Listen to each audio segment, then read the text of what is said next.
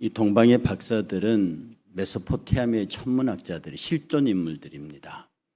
메소포타미아 천문학자들이 하늘을 딱 관측하는데 전혀 궤도상에 나타나지 않았던 이상한 별이 나타났습니다. 당시 천문학자들은 동시에 점성학자들이기도 합니다. 그래서 그들은 별을 보고 점을 치고 별을 보고 미래를 예측하는 그런 능력을 가진 메소포타미아 유대인들이 아닙니다. 메소포타미아의 천문학자들이 그 별을 전혀 처음 보는 신성을 보고 그 별을 따라가기로, 저것은 분명히 왕의 별이라는 관측하에 메소포타미아의 세 학자가 이 천문학자가 동방의 천문학자 메소포타미아의 천문학자들이 그 별을 따라갑니다. 그런데 그 별이 가다가 유대 지경을 딱 넘어 유대 땅으로 들어갑니다. 순간적으로 동방 박사들이 이건 우리가 본 바의 왕의 별인데 이게 유대 땅으로 들어왔다? 그러면 유대 왕궁이지. 그래서 그들은 거기까지 별을 보고 따라오다가 유대 지경을 딱 넘어서는 순간에 그들은 별을 보지 않고 자기들의 판단을 따라갑니다. 헤로드 왕궁에 아들이 났나 보구나. 그리고 그 별을 쳐다보지 않고 헤로드 왕궁으로 쑥 들어갔습니다. 이것을 우리가 성경적으로 보면 하나님의 계시를 끝까지 따르지 아니하고 순간적으로 놓치게 되면 딴 길로 가게 된다는 뜻이에요. 그런데 그들의 실수는, 그들의 그 단순한 판단착오는 메시아의 탄생 비밀을 마귀에게 알려주는 어마어마한 사건이었습니다. 만약에 그때 우리가 결론이지만 성령께서 개입하지 않으셨으면 예수의 운명이 어떻게 됐을 줄 모르는 거죠. 어쩌다 이 사람들이 별을 보고 오다가 유대 지경에 들어와서 인간적인 생각이 발동되면서 헤롯궁으로 들어갑니다. 그리고 가서 묻습니다. 유대 왕으로 나시니가 어디 계시뇨? 유대 왕궁이 발칵 뒤집힙니다. 헤롯이 아이를 낳은 바 없거든요. 그런데 유대 왕이 났대요. 이게 대역에 해당하는 그런 발언을 이 사람들이 합니다. 헤롯이 놀라서요, 모든 성경학자들과 대제사장들을 모읍니다. 동방의 박사들이 와서 말하는데 왕이 났단다. 그들이 왕의 별을 보고 여기까지 왔단다. 왕의 별이 떴다고 하는 것은 나를 대신할 왕이 났다는 건데 이게 무슨 일이냐. 그때 거기 모인 유대 학자들과 대제사장들이 일치되게 말하기를 유대 베들레헴입니다. 베들레헴 에브라다이야, 너는 유다 고을 중에 결코 작지 않은 내게서 너를 다스릴 자가 나기라는 예언이 거기 있습니다. 그러니까 헤롯이 쿵 하는 거예요. 자기를 대신할 왕이 태어났대요. 그것도 메시아가 태어났대요. 그 별을 보고 메소포타미아의 천문학자들이 왔어요. 점성술사들이 왔다고요. 성경에 보면요, 그 이야기를 듣고 헤롯이 7절에 가만히 박사들을 부릅니다. 여러분, 이거 못된 사람들의 특징입니다. 가만히 불러요. 공개적으로 얘기 못합니다. 이제는 이 사람 생각에는 이 동방의 박사들이 말하는 이 사람을 죽여야겠단 말입니다. 죽여야 되는 게 얘네들도 정보를 받아내야 돼요. 죽여야겠으니까 정보를 받아내야 됐으니까 이때부터 헤롯을 꼬이기 시작합니다. 헤롯이 동방의 박사들을 꼬이기 시작합니다. 조용히 부릅니다. 아무도 모르게 왕과 독대합니다. 그리고 이렇게 말합니다. 별이 나타난 때를 자세히 묻는, 너 별 언제 봤는데? 어디서 봤는데? 그리고 그곳이 말이야, 너희들이 찾는 그곳이 베들레헴이야. 자기의 정보를 줍니다. 자기가 대제사장과 서기관들로부터 얻은 베들레헴이라는 정보를 그들에게 줍니다. 내가 알고 있는데 너희들이 찾는 왕이 여기 났어. 그러니 가서 경배해. 왕이 났는데 경배해야지. 그리고 나도 경배할 테니까 내게도 알려줘. 얼마나 못됐습니까? 조용히 불러서 자기가 알고 있는 정보를 주고, 그리고 찾거든 내게도 알려줘. 내가 가서 경배할 거야. 얼마나 멋있습니까? 내가 왕인데 자기의 왕위를 뺏을 사람이 나타났어요. 걔가 나타났다는데 내가 가서 경배하겠대요. 동방의 박사들이 감동했을 겁니다. 참 괜찮은 왕이다. 여러분, 성탄을 가장 본질적으로 방해하는, 성탄 자체가 일어나지 못하게 만드는 악한 사탄은 이렇게 역사합니다. 아무것도 모르는 순진한 동방 박사들, 학자들, 점성술사들을 상대로 속입니다. 진짜 정보를 주면서 거짓말을 합니다. 찾거든 내게도 와서 알려다오. 나도 가서 경배하겠다고 거룩을 가장합니다. 이 헤롯의 거룩은요, 이 가장된 거룩은 나중에 예수께서 십자가에 못 박힐 때 유대 군병들이 예수를 조롱하면서 거룩한 자야 한번 뛰어내려 봐라. 그 앞에서 가짜 흔들면서 예수의 옷을 들고 희롱하면서 거룩한 왕이요 한번 해보시지요. 거짓 경배입니다. 오늘 우리 성탄의 가장 큰 사단의 도구들은요, 바로 이렇게 가만히 모여서 하나님의 영광을 방해하고 은밀히 모여서 하나님의 영광을 해하려고 하는, 하나님 일 자체가 이루어지지 않는, 그러면서 아무것도 모르는 동방의 박사들을 선동하고 이용해서 결국은 성탄이 일어나지 못하게 하는 아주 기묘한 사단의 도구가 되게 하는 겁니다. 오늘날 이 시대의 성탄을 방해하는, 하나님의 역사를 가장 많이 방해하는 사람들의 일특징이 경건을 가장하고 거룩을 가장한다는 사실입니다. 경건과 거룩을 가장하는 자들의 속임수가 오늘날 교회를 무너뜨리는 가장 큰 반성탄 세력이라고 하는 겁니다. 동방의 박사들이 신이 났습니다. 이제 어디 그 별이 어디다. 근데 동방의 박사들이 베들레헴이 어딘 줄 알게 뭡니까? 그들이 헤롯궁을 딱 나서는 순간에 동방에서 봤던 별이 떴습니다. 비로소 그들이 동방에서 봤던 그 별을 다시 보고 그들이 기뻐했습니다. 그래서 문득 그 별을 다시 발견하고 따라갔더니 그 별이 어느 집 위에 머물러 서 있습니다. 그래서 동방의 박사들은 그 집에 들어가죠. 기뻐했습니다. 별을 다시 발견해서요. 그리고 그들이 들어갑니다. 들어가서 보니까 그의 어머니와 아기와 그의 어머니가 함께 있는 것을 봅니다. 아기와 그의 어머니가 함께 있는 것을 보고요. 그리고 아기에게 경배합니다. 경배하면서 그들이 내어놓은 것이 선물이 뭐냐면 황금과 유향과 모략입니다. 그들이 보배합을 열어서 그들이 가지고 온 황금과 유향과 모략을 내어놓았는데요. 다 값비싼 겁니다. 황금은 물론 값비싼 거고요. 이 유향은요, 이 유향은 당시에 이스라엘 백성들이 굉장하게 소중히 여기던 그런 것들 중에 하나입니다. 그래서 향료예요. 아주 값비싼 향료고 그 흰색의 액체고요. 그리고 참 구하기 어려운 그런 값비싼 향료입니다. 우리 향수 말하는 거죠. 그 향료를 드리고요. 그 다음에 여기 모략이라고 나오는 건 방부제입니다. 굉장히 값비싼 방부제예요. 사람의 시체가 썩지 않도록 바르는 거예요. 이것은 옛날에 예수님이 돌아가신 다음에 막달라 마리아가 예수님을 찾아가서 그 시신에 바르려고 했던 것이 이 모략입니다. 다 값비싼 것들이에요. 그 황금과 유향과 모략을 예수 그리스도 어린 아기 앞에 선물로 줍니다. 훗날에 이것은 예수 그리스도가 피난 가면서 다시 고향으로 돌아올 때까지 유용하게 쓰인 금전의 원인으로도 되어 있습니다.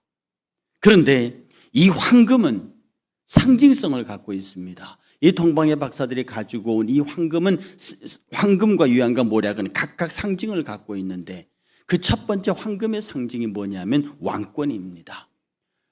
임금은 왕관, 금왕관을 쓰지요. 금 자체는 변하지 않는 겁니다. 그래서 이 황금은 그리스도의 왕권을 상징합니다. 그 다음에 두 번째 이들이 드린 유향은 그리스도의 거룩성, 향기, 그리스도의 거룩함을 드러내는 신성을 표현하는 상징입니다. 그리고 모략은 그리스도께서 십자가에 죽게 될 순환을 상징하는, 순환과 죽음을 상징하는 거예요. 그래서 동방의 박사들이 드린 세 가지 예물을 통해서 그리스도의 왕권과 그리스도의 신성과 그리스도의 죽음과 순환에 관한 예언이 완성되고 있음을 보여주고 있는 거예요. 동방의 박사들이 예수 그리스도 앞에 황금과 유향과 모략을 내어놓는 장면을 보면서 오늘 거룩한 성탄을 맞고 있는 저와 여러분들이 우리 주님 앞에 내어놓을 것이 무엇이 있습니까? 여러분 지금 성탄 예물 드렸습니다. 이 성탄 예물은 우리가 감사를 표현할 수 있는 유일한 수단이라서 우리가 헌금으로 감사를 표했습니다. 그러나 오늘 이 자리는 저와 여러분들이 하나님 앞에 이 동방의 박사의 심정으로 드려야 한다면 우리도 우리의 마음의 보배압을 열어서 황금과 유향과 모략을 드려야 할 겁니다. 우리가 드려야 할 황금이 뭡니까? 그리스도의 왕권이라 그랬습니다. 예수 그리스도께서 십자가 못 박혀 죽으시기 전, 아니 세례 받으시고 광야로 들어가서 광야에서 사단과 1대1의 대결을 통해서 완전한 승리를 이루십니다. 그럼 우리 교회 성도들은 아시는 대로 에덴 동산에서 아담이 선악을 알게 한 나무 열매를 쳐다보다가 보암직하다 먹음직하다 지혜롭게 탐스럽게 할 만 여기에 속아서 선악에 알게 한 나무의 열매를 취해서 먹습니다. 이것이 타락이죠. 그런데 가장 배고픈 상태에서 가장 열악한 환경인 광야에 들어가서 마귀와 첫 번째 시험이 돌로 떡이 되게 하라. 먹음직하게 생긴 열매를 쳐다볼 때 인간이 실패했지만 두 번째 아담 예수는 그 배고픈 상태에서 돌로 떡이 되라고 하는 그 사단의 유혹을 과감하게 이겨내므로 인간의 첫 실패를 극복합니다. 두 번째, 쳐다보니까 보암직해서 그 선악을 알 열매에 손을 댔습니다. 마귀는 그 배고픈 예수에게 성전 높은 데서 뛰어내려라, 모든 사람이 쳐다본다, 보암직하다, 그럼 너는 유대교 전설에 의해서는 즉각 메시아가 될 수 있다, 뛰어내려라. 그 시험도 예수께서 이기셨습니다. 마지막에 아담이 쳐다본 그 열매는 지혜롭게 할 만큼 탐스러운 것이었습니다. 사단은 예수 그리스도를 가장 높은 산 꼭대기에 세워놓고 천하만국의 영광을 다 보여주며 내게 절해라. 보암직하고 먹음직하고 보암직한 걸 넘어서서 지혜롭게 탐스러운 그 영광의 세계를, 이 천하만국의 영광을 네게 줄 테니까 내게 절해라.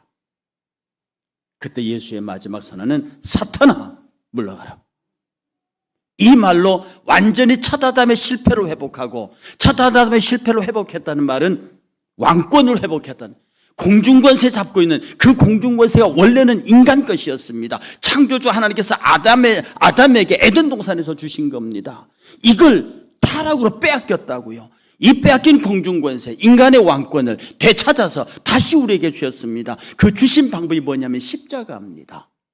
십자가라고 하는 사단을 통해서 누구든지 예수 그리스도께서 나를 위해서 십자가에서 죽으셨다는 것을 믿으면 뭐가 건너오는 거 아니, 광야에서 40일 금식하고 이기신 예수 그리스도의 왕권이 우리에게 넘어옵니다. 이 왕권을 쥐고 있는 자는 누구든지 내 이름으로 구하라, 그리하면 내가 시행하리라. 하나님의 약속의 승리의 증표가 이거란 말입니다. 우리는, 저와 여러분들이 예수 그리스도의 십자가의 은혜의 구원을 믿는 순간에 우리는 왕권을 쥐고 있습니다. 이 왕권을 주님 앞에 오늘 선물로, 예물로 드려야 합니다. 하나님, 내가 갖고 있는 왕권, 예수 그리스도 십자가를 통해서 우리에게 주신, 나에게 주신 이 천하 만물을 지배하고 다스릴 수 있는 권리자로서 이 권한을 주님에게 드립니다. 이게 뭡니까? 내가 그리스도와 함께 십자가에 못 박혀 죽었나니 그런즉 이제 내가 산 것이 아니요 오직 내 안에 그렇게 사신 것이라.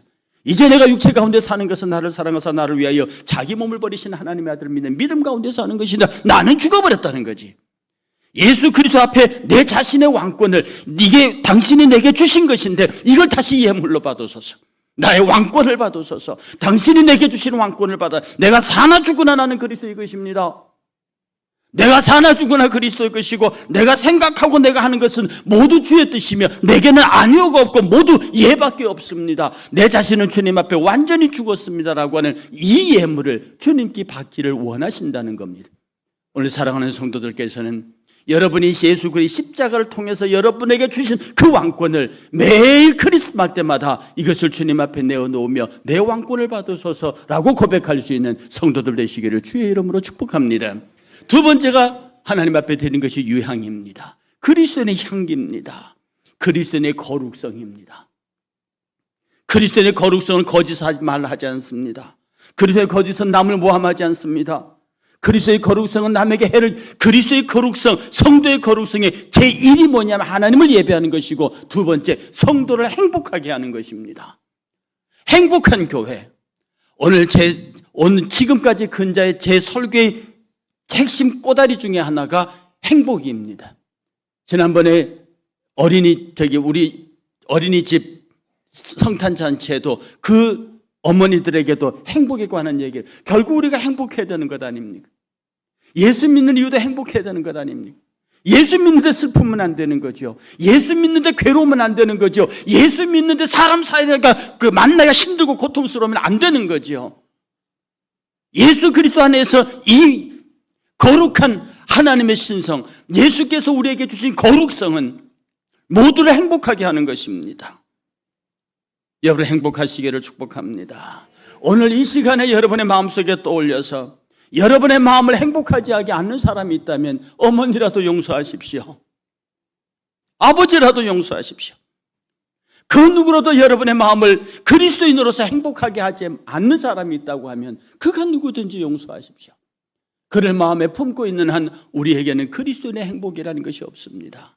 이 성탄의 아침에 예수 그리스도에게 드릴 우리의 두 번의 거룩의 성품, 우리의 유향은, 우리가 드려야 할 유향은 성도로서의 거룩성, 내가 성도로서 갖고 있는 신성, 이게 내가 거룩하다고 자랑하는 게 아니고 내가 거룩이 대단하다고 자랑하는 게 아닙니다.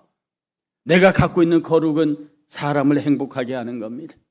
내가 갖고 있는 거룩은 성도들을 귀하게 여기는 겁니다. 내가 갖고 있는 거룩은 나와 성도들과 함께 하나님께 영광의 찬송을 들리는 것입니다. 얼마나 행복한 삶인데요. 얼마나 행복한 교회인데요. 그런데 교회가 행복하지 못하고 교회가 불편하다. 거기에는 무엇인가 문제가 있고 우리의 유향드림의 예물에 문제가 생겼다고 하는 뜻입니다. 오늘 태어나 탄생하신 예수 그리스도는 저와 여러분들에게 이 유향의 거룩한 선물을 받으시기를 원하십니다. 세 번째 우리가 드려야 할 예물은 우리가 가지고 있는 모략입니다. 동방의 박사들이 주님께 드린 이 모략은 장차 주님이 죽으실 때 죽음과 순환을 예배하는 것입니다.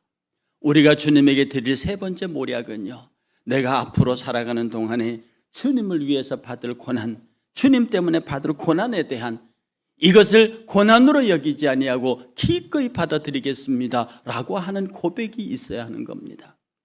지금 일산 지역의 교회들에게 난리가 났습니다.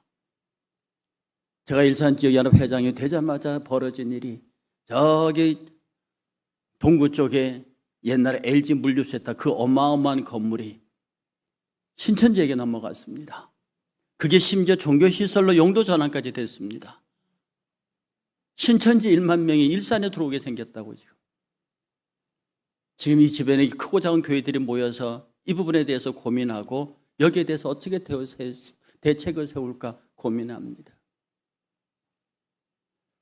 사랑하는 성도 여러분,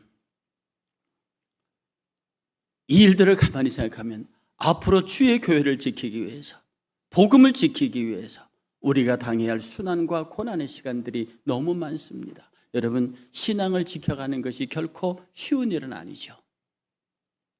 이것은 특히 이러한 세력들과의 싸움은 시간의 싸움이요, 물질의 싸움이요, 법적인 싸움이요, 나가서 영적인 싸움의 극치에 이릅니다.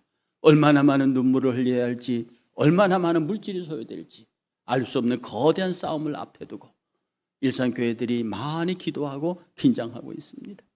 우리가 이 성탄절날 하나님 앞에 드려야 할 우리의 예물이 주여, 주를 위한 고난이 어떤 것들이 오더라도, 주를 위한 시간에서 어떤 아픔이 오더라도 내가 이것을 기꺼이 감당할 수 있겠습니다라고 하는 신앙의 예물이 오늘 그리스도 앞에서 내가 날마다 죽노라고 하는 모략의 예물이 될 것입니다.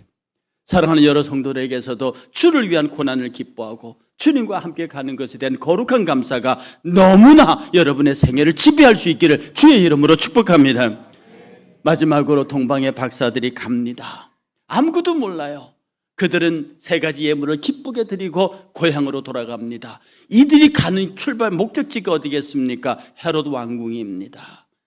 탄생의 소식을 알려줘야 되잖아요. 경배했으니까, 헤롯과의 약속이니까. 그런데 주의 성령이 나타나십니다. 헤롯에게로 가지 마라.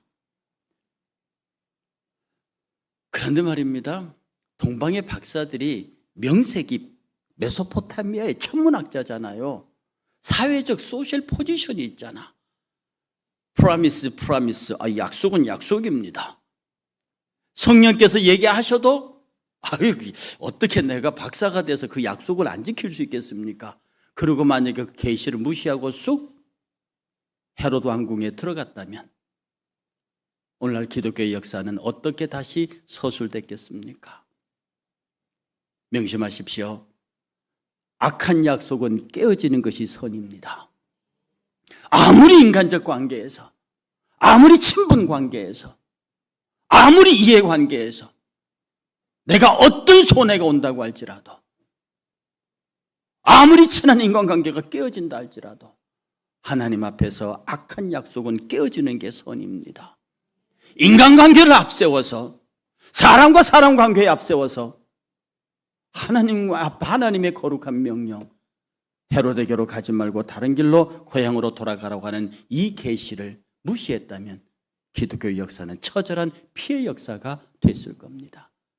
그 계시를 받는 순간 별을 따라가던 그들의 심정을 따라서, 계시를 따라서, 별을 그들이 보고 올 때는 그들의 지식이 발견한 하나님의 계시로서의 별이었지만, 헤로데게로 가지 말란 말씀은 거의 주의 사자가 나타났다는 말이 없어요. 바로 하나님의 영이 직접적으로 그에게 계시합니다. 헤로데게로 가지 말라. 다급한 명령이었죠. 그 명령을 그대로 받고 이 사람들은 헤로데게로 가지 않고 다른 길로 가버립니다. 약 2년여의 시간이 지난 다음에서 비로소 그 라마 지역에 무수한 아이들이 죽는 사건이 발생합니다. 사랑하는 성도 여러분, 이제 거룩한 성탄은요, 눈물의 성탄과 기쁨의 성탄의 양면을 가지고 있습니다. 제가 늘 말씀드렸듯이 하나님이 인간이 되게 만드신, 내 죄 때문에 인간이 되게 만드신 이것이 하나님 쪽에서는 가장 슬픈 날이라고, 인간 쪽에서는 너무너무 기쁘고 좋은 날이지만 하나님 쪽에서는 가장 고통스럽고 힘든 날이라고. 그리고 이 성탄 자체가 모든 인간을 살리기 위한 성령의 사역인 동시에 이것을 깨트려 부수려고 하는 악한 사역이 같은 힘으로 작동해서 한쪽에서는 성탄을 깨트리려고 하고 한쪽은 성탄을 이루려고 하는 이 세력 영적 싸움에서 그리스도의 영의 승리로 끝나는, 이것이 훗날에 장차 주 예수여 어서 오시옵소서라고 마지막 날 주님께서 두 번째 다시 오실 때의 승리를 미리 예견하고 있는 것이라서 여러분들은 어느 승리에 동참하시겠습니까? 우리가 똑같은 성탄을 기념하면서도 자칫 잘못하면 헤롯편에서 가 있을 수 있습니다. 성탄을 깨뜨리고 성탄을 교묘하게 방해하는 악의 세력에 가 있을 수 있습니다. 우리가 정신 바짝 차리고 기도하고 하나님 앞에 말씀과 은혜와 진리로 따라간다고 고백했을 때 우리는 의의 성탄, 모든 인류를 살리는 성탄, 모든 사람들을 행복하게 하는 성탄으로 모일 수 있습니다. 오늘 이 사랑하는 여러분들에게서 이 성탄의 기쁜 소식을 전하면서요, 어떤 경우라도 성탄이 우리의 삶이 악의 도구가 되지 아니하고 성탄의 기쁜 소리를 하나님 앞에 높이 소리쳐 외치면서 기쁘다 구주 오셨네, 기쁘다 구주 오셨네, 그 영광의 소식을 모두에게 전하고 여러분의 죄가 용서되고 여러분의 마음이 풀리고 여러분의 마음에 엉어리졌던 악하고 괴로웠던 마음들이 이 시간 풀려나가고 모두를 용서하고 모두를 사랑하고 모두를 포용할 수 있는, 정말로 황금과 유황과 나의 모략을 주님 앞에 온전히 올려드릴 수 있는 여러분의 보배합이 열리는 복 있는 오늘 하루가 되시기를 주의 이름으로 축복합니다. 다 같이 일어나